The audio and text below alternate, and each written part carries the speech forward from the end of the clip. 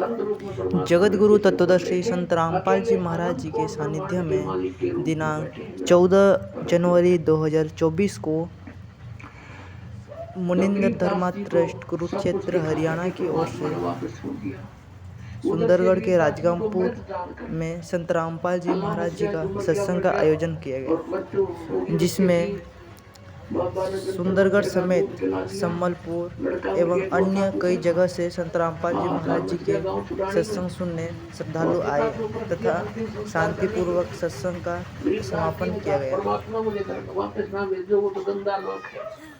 तो परमेश्वर ने कहा, बेटा ऐसे नहीं रख सकते, वहाँ भक्ति करो, भक्ति की शक्ति से कमाई करना मैं मंत्र दूंगा, सतनाम और सार नाम दूंगा, उस जाप से तुम खूब भक्ति करना, फिर मैं तुम्हारे साथ रहूंगा और फिर आना पड़े कमाई करके, ऐसे नहीं आ सकते। यहाँ तो फिर सब न ले आऊंगा ऐसे, तो ये तेरे को ये दिखा के आई एम गॉड, पर तू मेरा गवाह बनेगा आने वाले समय में। परमात्मा कबीर परमेश्वर जी ने गरीबदास जी की वो दिव्य दृष्टि खोल दी, ज्ञान योग खोल दिया था, उसके आधार से गरीबदास जी ने वो सब आंखों देखा हाल अपनी अमृतवाणी में लिखा है। तो कबीर परमेश्वर ने रामानंद जी से कहा कि आप मेरे गुरु बनो, और इस काल ने हमसे एक वचन लिया हुआ है कि कलयुग में तुम कितने ही प्राणी ले जाना। और अब ये क्या समस्या आएगी कि इस काल ने कहा है कि मैं नकली संत भेजूंगा और वो नकली नाम देंगे, ऊट पटांगे और सतलोक की महिमा बताएंगे, सचखंड सतलोक तो नीचे बात नहीं करेंगे, और नाम सारे काल के होंगे। तो फिर वो मेरे अब पे मेरे मुंह में समाओगे, यही रह जाएंगे। तो रामानंद जी से परमात्मा ने खुल कर वार्ता की, सारा समझाया कि तुम मेरी बात मान जा। रामानंद जी विद्वान ब्राह्मण थे, नेक आत्मा थी, वो समझे थे मुझे पाप लगेगा, भगवान का गुरु कैसे बनूं।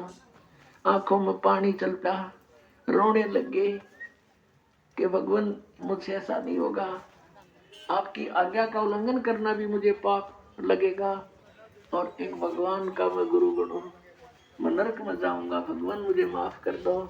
तो परमेश्वर ने कहा कबीर देव जी ने कि रामानंद जी, आई एम गॉड, और मैं ही भगवान हूँ और मैं ही पाप नाशक हूँ, मेरा आदेश पालन करे और देख बात सुन।